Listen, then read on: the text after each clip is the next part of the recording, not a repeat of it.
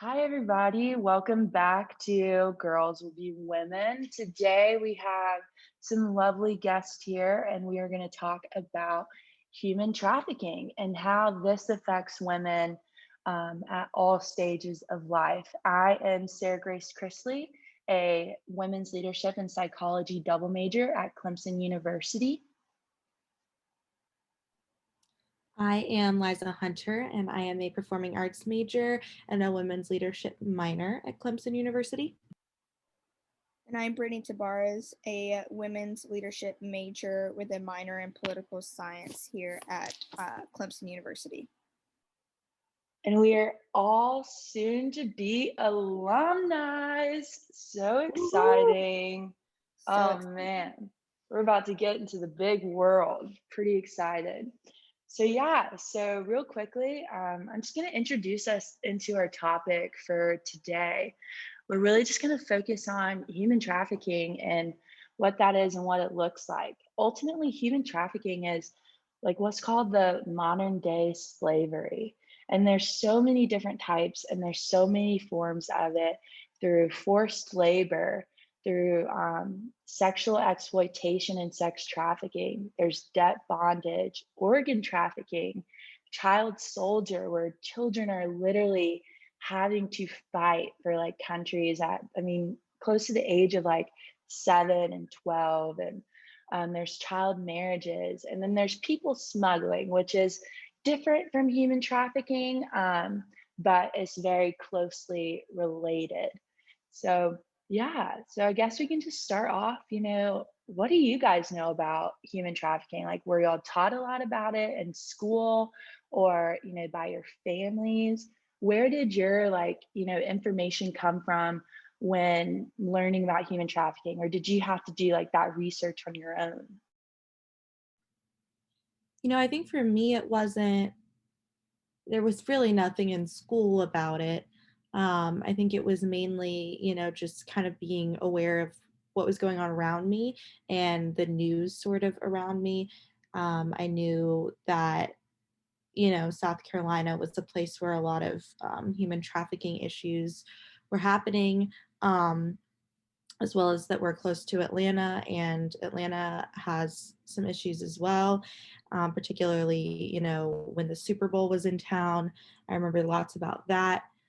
But I think mainly a lot of it's come from my family, my parents. My parents have always been all about safety. My dad travels a lot, and so he's always taught me about being safe when traveling, I think, for the most part. And, around town as well. But, it was always, we don't buy gender specific luggage. We have, luggage that could be anybody's, because if somebody targets you, they can tell that you're a woman or a man by your luggage, just like, or something like that. Also, I'm trying to think, when you're in a city that you don't know, even if you're not sure where you are, you walk like you know where you're going, and someone asks you, you don't really tell them that you don't know where you are, or that you are visiting, because you want to look like you're local, because again, being a tourist can be a target, because you don't know what's going on. So I think really those were sort of my introductions to um, human trafficking.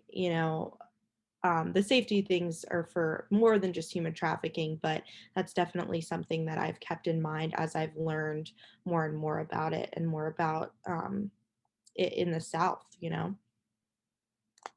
Yeah, and that's so relatable and so true. And you think about the Super Bowl, and that's something that I honestly had never really thought about when it comes to, human trafficking can happen there. But then you think about it, and everyone's paying attention to the football players, and they're paying attention to the teams. And I was, doing some research on that, and with the last Super Bowl, there were about 75 traffickers arrested, and there were about 6 women who were believed to be victims who were kind of, taken away from those traffickers, which is it's so crazy to think about, how strategic human trafficking has become. There's such a process with it, with, identifying who it is and who it is that they're going to go after. And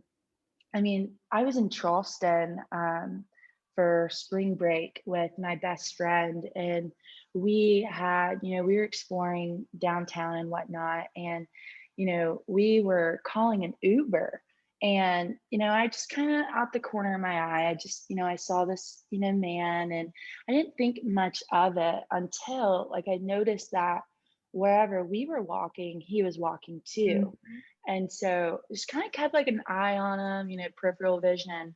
And what really stuck out to me was that, we were calling our Uber, we were waiting on the side of the street for our Uber to come. And my friend was talking to me about this guy. And I'm gonna change the guy's name. I'm gonna say his name is Philip. And so she was talking about this guy, Philip, and just talking to me about him and telling me about him. And the guy that like I was kind of keeping tabs on walks up to us and like pulls his phone out from his pocket and was like, "Oh my goodness, like your Uber's name is Philip too." Like that is so wild. We're taking the same Uber.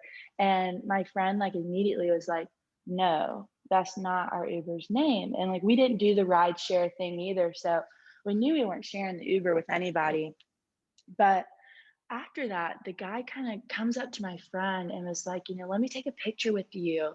Let me take a picture with you. Let me Snapchat with you." And so kind of like grabs my friend and puts his arm around her, like pulls her in, and takes his phone out. And is like trying to take a picture of her, and was like forcefully like pulling down her mask and was trying to get her whole face in. And at that time, I was like, putting my hand in front of the camera. Every time he pulled the mask down, I just pull it back up. And then I grabbed her arm and like we walked across the street. And the guy said some very like choice words to us, walking away.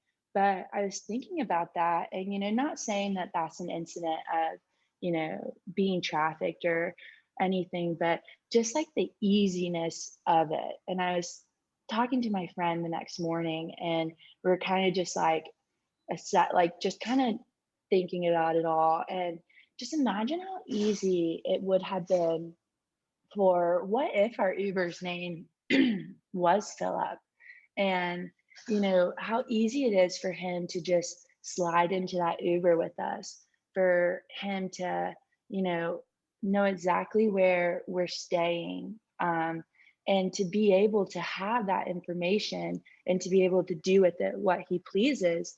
And also getting a picture like of my friend without her mask, and how easy it would be to find her on social media. And it was just really eye-opening, that just like small situation of how easy it really is to be caught into something like this, and just how prevalent it is within our society and within our communities as a whole. Absolutely. And I mean, how many women have stories like that? I mean, I've been followed in downtown Greenville, just crazy stuff. I mean, I it's just ridiculous that this is something that is just normal, sort of. And I think we have to remember that no, this can't be normal, because if we start to normalize it, then we start to forget how dangerous it is.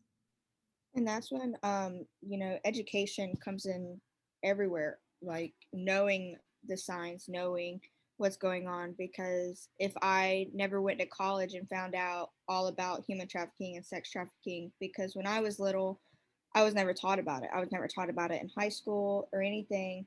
If that was me, SG, like I would have fell for it. I would have been like, oh yeah, and especially like girls who have been drinking, or anyone Mm. drinking that matter, like our senses are down, and we're not very completely aware, and that's what's so dangerous about it all. Absolutely. And like, I mean, drinking, I mean, I feel like that's such a hot spot for, when women and men, in all identities really it's very prevalent for people to be taken advantage of in those states because you're not 100%. You might be 50 or you might be 45, but you're not fully there. And so it's definitely crazy, to think about just like people are, oh yeah, it's out there, but what are we to do about it?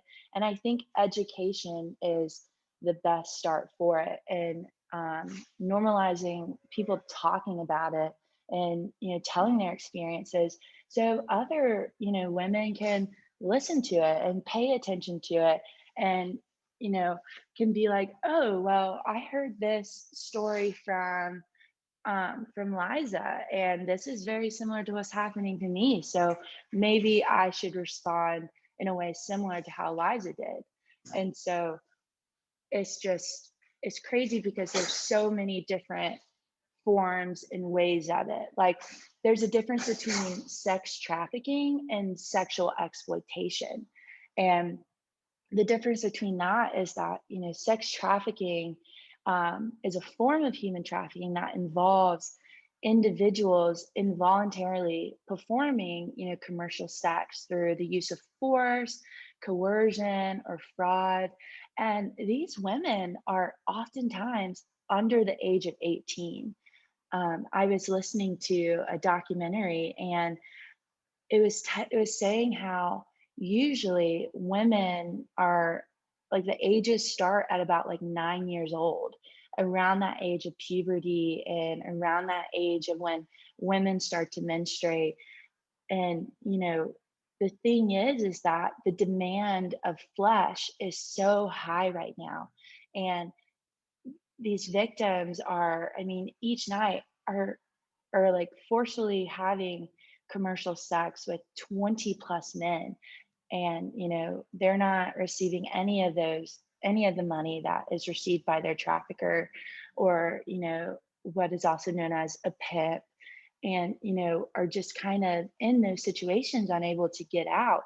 But then you think about it, and how much education do you think that they had to know the signs of what traffickers look like and how they act and how they respond, and how much like of a disservice have we done as a community and as a society to not equip every man and every woman with the knowledge to be able to see when a man or a woman is responding and treating you in this type of way, it is not okay. And you have the right to step away and you have the right to seek help.